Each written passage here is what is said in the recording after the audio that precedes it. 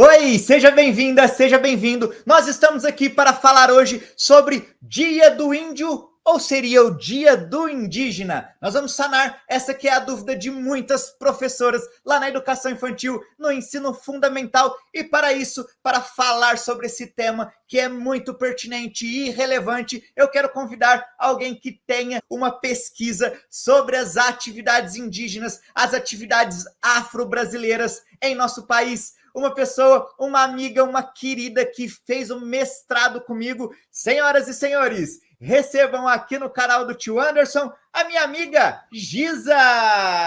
Oi, Giza.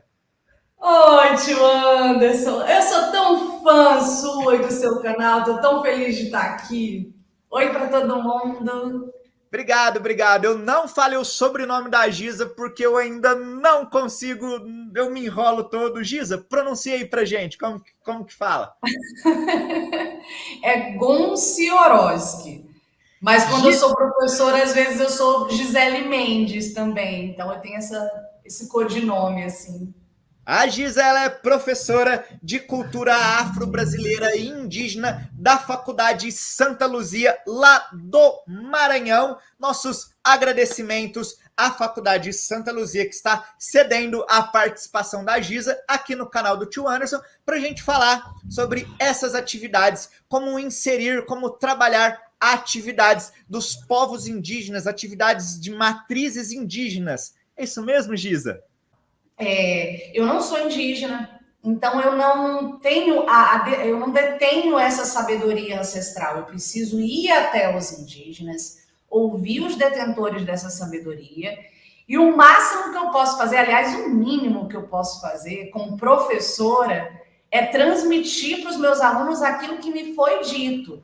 E o conselho que eu dou, se for possível, nem sempre é, mas com um pouquinho de esforço, sempre tem uma verba na escola para esse tipo de ação, leve um indígena da região, regionalize esse conhecimento, procure quais aldeias tem ali, leve um mestre, um griot, que é quem conta as coisas através da oralidade, um griot indígena, para que ele fale, porque o lugar de fala dessa sabedoria é deles. O nosso lugar é enquanto professores. Então, a gente tem que, por exemplo, corrigir algumas coisas como, eu estou dando aula de cultura indígena. Eu estou estudando cultura indígena com os meus alunos. Porque eu mesma, eu sou um aprendiz disso. Eu não posso dar aula, eu posso dar aula de giza, de teatro, que eu desde criancinha faço isso. Mas as coisas que são tradicionais, de culturas tradicionais, a gente tem que ter esse respeito e esse respeito. Acho que a palavra respeito ela vai dizer muita coisa sobre isso tudo. Você Giza, perguntou sobre o dia 19 de abril, é isso? eu gostaria que você conversasse um pouquinho com os inscritos aqui do canal. Se você não é inscrito, se inscreve aqui no canal. Eu Nós estamos sou. preparando uma série de vídeos com a orientação da Giza. Nós estamos estudando junto, tentando pensar como mostrar para os alunos, como trazer aos alunos sem erros, né, Giza? Nós cometemos muitos erros no passado, a própria questão de eu me referir como índio ou como indígena. Eu sei que Daniel Munduruku tem vários trabalhos sobre isso, então eu queria que você nos desse uma luz para nós, professores, como que nós podemos trabalhar a valorização dessa cultura, como nós podemos mostrar para os nossos alunos sem estar sendo, como que eu digo, Mercadológico e refletindo os velhos pensamentos que não são adequados a esse mundo contemporâneo que repensa o respeito e a dignidade dos nossos povos ancestrais. Falei como que nós bonito. devemos trabalhar? Vou te deixar sozinha aqui na tela, então nos dá uma luz, como nós devemos nos referenciar, o que, que nós devemos falar. Tá contigo, tô aqui. E o Anderson, que responsabilidade! Meu Deus, ele vai me deixar sozinha. Olha, para começo de conversa, na legislação da educação brasileira, em 2008, foi promulgada a Lei 11.645. Essa lei ela vai falar que a cultura, assim está o texto da lei, a cultura afro-brasileira, africana e indígena é um tema transversal na educação básica, ou seja, ela tem que estar em todos os segmentos e em todas as etapas da educação básica. Eu já vou corrigindo aí um pouquinho, assim, corrigindo não, são as minhas opiniões, a gente tem que sempre lembrar disso, a gente fala aquilo que a gente estudou, aquilo que a gente pensa, e às vezes aquilo que a gente pensa toma eco e muda as coisas. E graças a Deus eu encontrei muitos companheiros que me modificaram meu pensamento. Passou uma moto. E hoje eu trabalho para modificar alguns pensamentos ainda que são um pouquinho antiquados. A lei fala cultura afro-brasileira e indígena. Começo de história, são muitas as culturas afrodiaspóricas, né? Lembrando que a palavra diáspora é o quê? É quando você é raptado de sua terra. Você não migrou porque você quis, você foi sequestrado, você foi escravizado. Então, as culturas afrodiaspóricas e indígenas são muitas. Olha, no Brasil tem mais de 250 povos indígenas, dados recentes. Então, como é que você pode dizer que é a cultura indígena? Esses povos, eles têm linguagem própria, eles têm deuses próprios, encantados próprios, costumes próprios. E até isso, você falou do livro do Daniel Munduruku, é um livro que é uma super liderança indígena, um filósofo e um amigo querido que esteve na minha banca de mestrado e sempre me auxilia. Eu sou super fã do trabalho dele, entre muitos outros escritores indígenas. A gente também, daqui a pouco, pode até falar sobre essa coisa de escritor indígena e escritor indigenista, a diferença entre indígena e indigenista. Mas o Daniel, por exemplo, quando fala da palavra índio, ele tem uma citação do livro, deixa eu pegar aqui direitinho o nome, Crônicas Indígenas para Rir e Refletir na Escola. É da Editora Moderna, foi um livro de 2020, é um livro recente. Olha o que ele diz sobre a palavra índio. O uso dessa palavra também generaliza a nossa existência, dizendo que nossas diferenças não são importantes. É uma palavra que empobrece nossa experiência de humanidade, arranca nossa identidade e, portanto, encobre as nossas diferenças. Indígenas, sim. Índios, não. Os que primeiro habitaram essas terras, essa terra chamada Brasil, são originários, ou se preferir, indígenas. Mas quando se é originário, significa que temos um povo de origem. Por isso é muito bom quando alguém diz que somos um indígena Munduruku, Chavante, Guarani ou Kayapó. Quando alguém nos chama pelo nome do nosso povo, está nos reconhecendo como participantes de um determinado povo, cuja origem é passada de pai para filho, num grande e rico processo de nos tornar gente de verdade. Ele vai falar várias coisas nesse livro, é lindo, né? Ele vai falar várias coisas nesse livro sobre a animalização dessa palavra, como se fosse um bicho, é selvagem, entendeu? É índio. E, vou te falar, eu tô aqui no Maranhão e tem várias aldeias indígenas por aqui. Eu conheci recentemente o Juscelino Mão de Ouro, que estava conversando muito comigo sobre isso.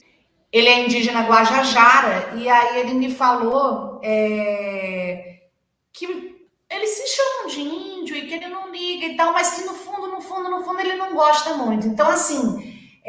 eu sei que o canal daqui tem muitos alunos, muitas crianças, mas também tem muitos professores, e tem um pensador chamado Frantz Fanon, que vai falar do sujeito racializado, né? Que é aquele sujeito que escutou tanto, que ele é inferior, que ele acaba se sentindo inferiorizado. Ele vai assumindo e aceitando a inferiorização que lhe é imposta. Então, isso é muito delicado. Acho que a gente pode começar a corrigir as nossas palavras, assim como a gente corrige os nossos racismos institucionais, as nossas, sabe, a gente se policia para, em momento algum, cometer um ato de sexismo, de homofobia, a gente vai se educando, se reeducando para esse novo tempo. Acho que a gente pode também ter esse cuidado com os nossos povos originários. E Giza, fala. É isso? Pode concluir.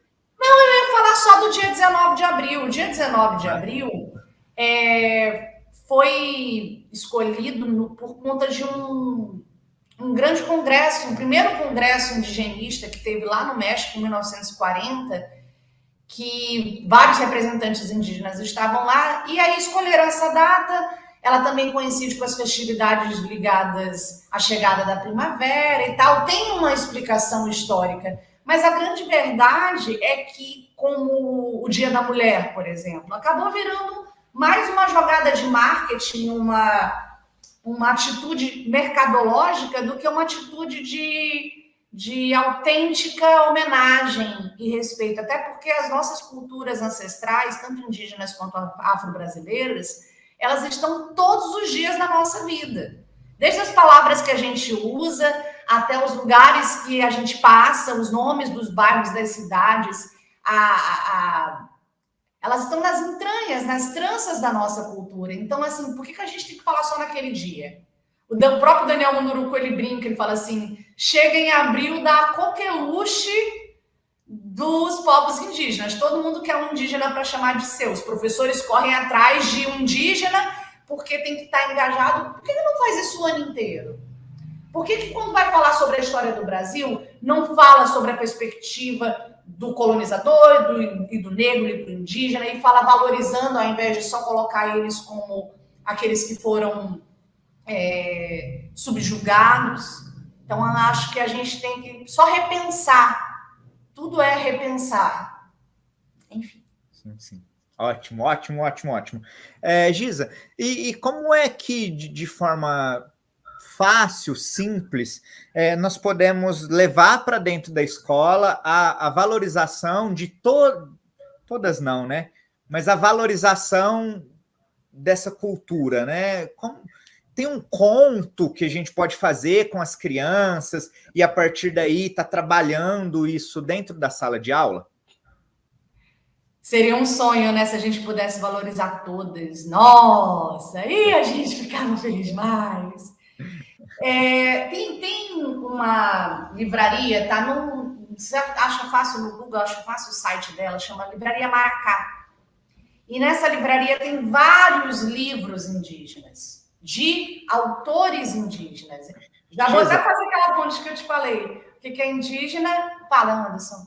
Pode mostrar o livro de novo? Eu vou deixar só você na tela para ficar maior, tá? Deixa eu...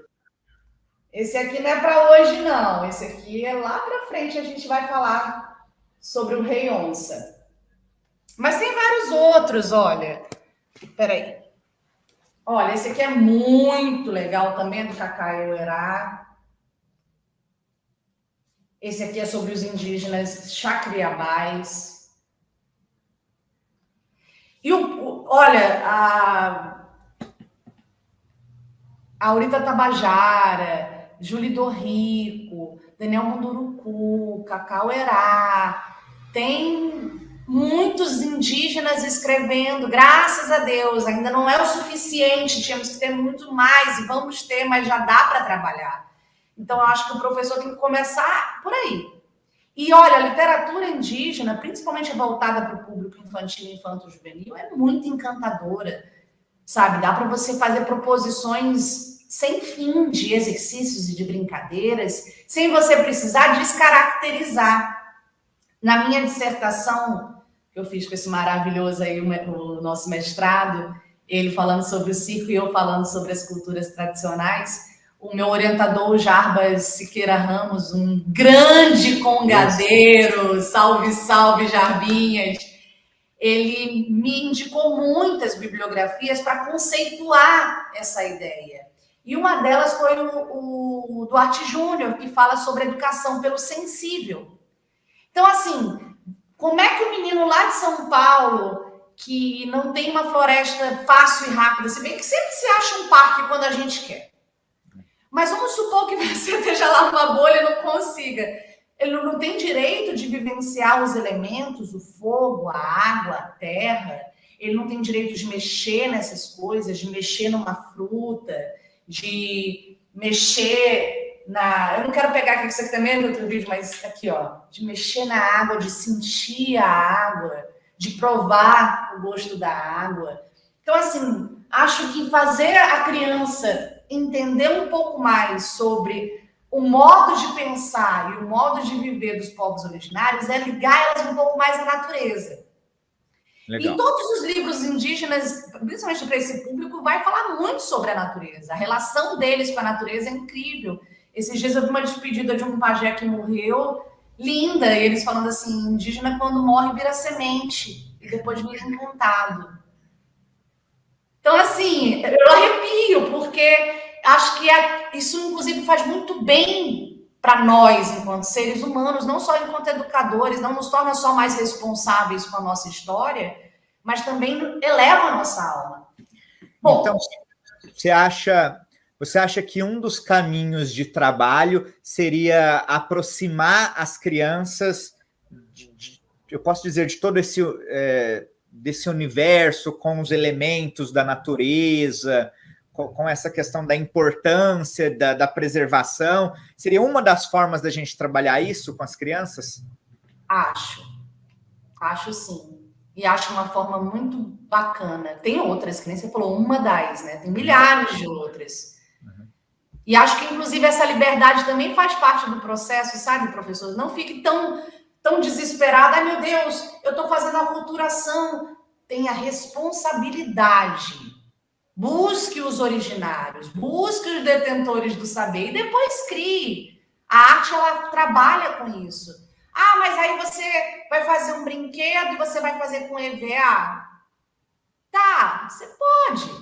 Mas que tal você fazer com juta?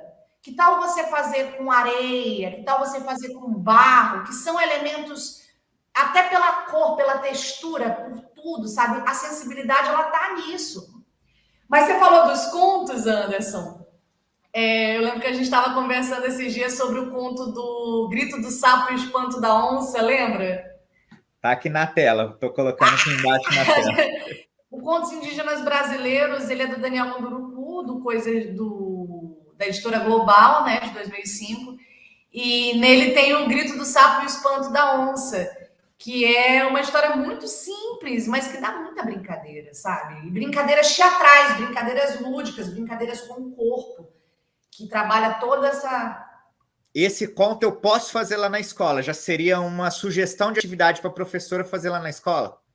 Com certeza absoluta, sabe? E aí, por que não, já que vai fazer esse conto, não falar, por exemplo, que os Mundurucus, que é a etnia de onde esse conto vem, que o Daniel Munduruku é um escritor indígena que é pós-doutor, que é filósofo e tal, e que os Mundurucus, o nome Munduruku significa formigas vermelhas, sabe? Olha quanta coisa já cria dentro da cabeça da criança, o imaginário da criança fervilha, sabe? Então, acho que, assim, o grande lance é você aproveitar o pretexto do jogo, o pretexto das histórias, para criar informação e conhecimento, entendeu? Os Mundurucus são um povo indígena que existe tanto no Pará, quanto no Amazonas, quanto no Mato Grosso, sabe? Hoje em dia tem 12 mil, mais ou menos. Então, assim, a coisa do nome, né? Formigas vermelhas, formigas gigantes, é isso que Munduruku significa. Então, olha quanta coisa você tira do pretexto de um conto, de um jogo. Mas posso contar o conto, tio Anderson? Antes da Giza contar o conto, eu quero que você se inscreva aqui no canal do Tio Anderson. Você está assistindo até agora, esse vídeo está sendo relevante para você. Se inscreve aqui embaixo, tá aqui, você tá vendo no YouTube? Se inscreve, ativa o sininho de notificação, porque Giza, eu preparamos uma série de 4 vídeos para vocês com atividades. Nós vamos mostrar na prática o que é que você pode fazer lá na sala de aula aí, respeitando todas essas culturas indígenas. Então se inscreve para não perder, o link está aqui embaixo. Giza, todas essas atividades que nós vamos estar falando, fazendo, elas podem ser legitimadas através da BNCC, né? Nós temos lá os códigos de habilidades, então eu vou estar colocando aqui alguns códigos que se você for fazer o seu planejamento, você pode estar se embasando também através desses códigos aí, se for na educação infantil, através dos campos de experiências da BNCC. Eu gosto muito da BNCC, sei que Giza também gosta, é uma estudiosa, né? Nós temos algumas ressalvas de algumas coisas, né, Giza? Mas fica aí os códigos, caso você precise trabalhar. E se você quer dar um passinho a mais, quer entender de fato sobre a BNCC, se você não entende nada desses códigos que eu coloquei aqui embaixo, eu tenho um e-book que vai te ensinar sobre a BNCC. O link está aqui na descrição do vídeo, depois clica aqui na descrição e confere o meu manual Entendendo a BNCC. Beleza? Giza, tá contigo. Olha o meu fichamento da BNCC, Anderson. Você é mestre. Todos os códigos, tudo de todos os anos. Eu acho muito importante. Muito. Eu acho assim, que se tem alguma ressalva com a BNCC, e eu tenho sim algumas, a gente tem que, antes de tudo, lembrar que ela é um marco da dignidade da educação brasileira, sim.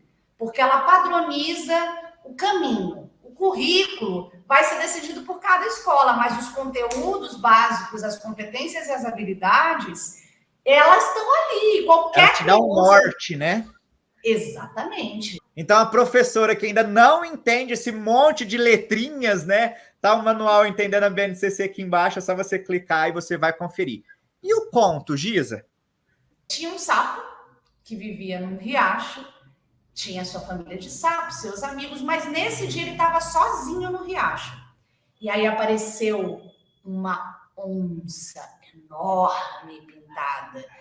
E aí ela olhou para o sapinho, os dois estavam bebendo água no mesmo riacho, e ela falou: sapo, sai do riacho, porque agora esse riacho é meu. O sapinho olhou para ela com toda a sua força emocional e falou: não, dona onça, esse riacho é meu. Só que a onça riu daquilo, porque o sapinho era uma criatura pequenininha e ela era uma grande felino. Ele falou assim: mas eu grito mais forte que a senhora. E aí ela fala: eu sou o animal que faz o rugido mais estridente da floresta. Eles marcam, então, uma aposta para o dia seguinte. Eles iam se encontrar no riacho e iam os dois fazer seus sonhos particulares, peculiares. A onça ia dar um rugido e o sapo ia dar uma coachada. Maravilha. Dia seguinte, eles se encontram. O que estava valendo na aposta? Quem ganhasse, quem fizesse o maior barulho, ia ter que sair daquele riacho e nunca mais voltar. Só que a onça ainda fez uma ameaça. Falou assim: ok, seu sapo. Só que se eu ganhar, eu vou jantar o senhor. O sapinho ficou apavorado com aquilo. Foi para casa se preparar. A onça saiu do riacho também. No dia seguinte, eles se encontraram. A onça falou: eu vou começar, porque aí eu dou a chance de você desistir e morrer mais rápido. Ela enche seu peito de onça e dá aquela rosnada de onça. O sapinho olha para ela, ajeita sua roupinha de sapo, enche seu peitinho, seu papo e capricha na coachada. Quando ele coacha, um som enormemente alto entra naquele riacho e a onça coloca a mão nas suas orelhas e fala: que som é esse? Por que você consegue coachar tão alto? Nenhum sapo consegue isso. Vencida, ela vai embora do riacho e nunca mais volta. Como é que foi que esse sapinho conseguiu coachar tão alto? É que ele combinou com todos os outros sapos do riacho, sua família, seus amigos, para que na hora que ele coachasse, todos coachassem junto com ele. Essa história quer falar sobre a união que faz a força. Às vezes a gente é pequenininho, mas se a gente se juntar e se ajudar, a gente pode derrubar até o maior dos gigantes e o maior dos desafios. Essa é a história. Claro que eu, assim, Aquela história, né, tio Anderson? Quem conta um conto aumenta um ponto. É a minha versão. Você pegar literalmente no livro, você vai ter mais detalhes e tal. E eu aconselho que vá até o livro, professor, e leia para as crianças. Mas se você também quiser só contar e depois passar o texto para as crianças lerem com suas famílias, fique livre. A liberdade, ela é importante para a gente poder ser um bom professor. Assim como a responsabilidade. Que legal esse conto, eu fiquei imaginando as crianças... muito massa, né? Não, muito, eu fiquei imaginando as crianças envoltas nesse conto. Diz, a partir disso, tem algumas extrapolações que a gente possa fazer com as crianças? E aí eu já vou puxar um pouquinho para mim de atividade prática. O que a gente pode indicar para as professoras a partir... Faça o conto, conte o conto e a partir disso. Uai, a brincadeira desse conto é lidar com o coletivo, né? Então você pode fazer várias brincadeiras que têm a ver com o coletivo. Por exemplo, cabo de guerra. Se todo mundo faz junto, o grupo ganha. Então é um bom uma boa brincadeira para fazer. Você pode fazer uma corrida de sapos, eles pulando que nem sapinhos. Não pode sair daquela posição. Então, olha só, você já trabalha toda uma corporalidade, uma lateralidade, você já trabalha psicomotricidade. Você pode fazer um jogo. Quer ver, tio Anderson? Faz um som para mim de um animal, mas não diz o nome. Um animalzinho, eu vou fazer.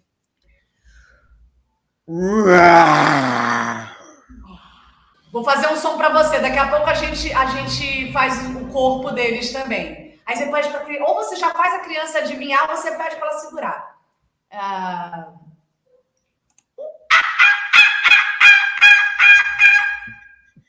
Faz o corporal e o som do seu animal agora junto. O meu? É um leão? É um leão! Vou fazer o corporal e o som do meu.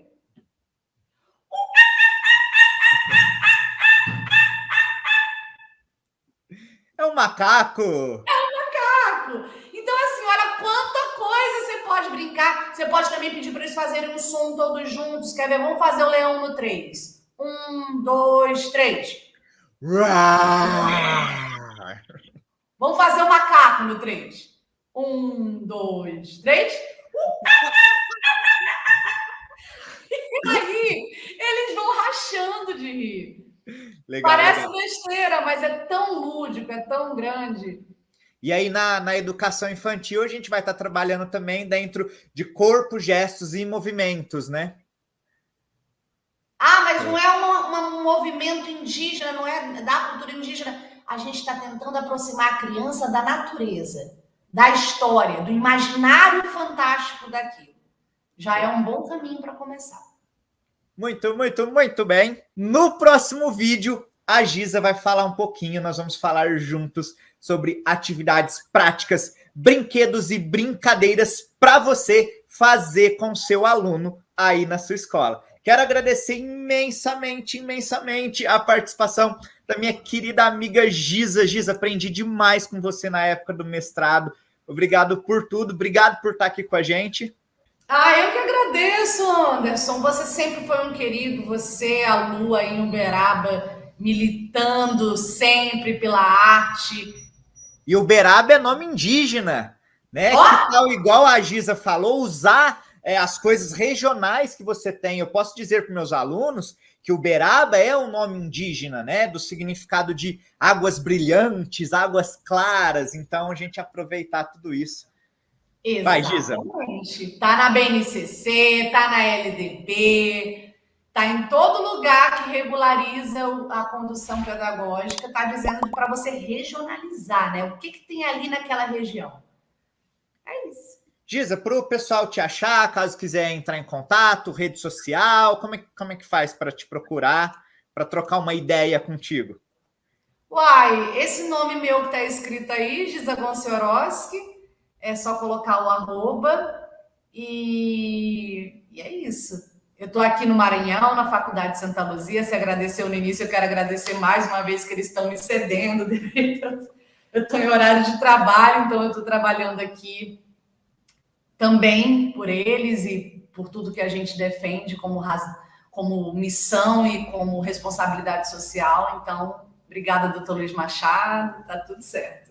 Muito bem, então obrigado à Faculdade Santa Luzia, obrigado à minha amiga Giza. Se você ainda não se inscreveu, se inscreve, porque daqui a alguns dias tem outro vídeo com a Giza, outro vídeo com atividades práticas. Nós vamos falar para você 5 atividades, 5 brinquedos para você fazer, comemorando aí na sua escola, por que não, o mês da cultura dos povos indígenas inseridos aí na sua escola.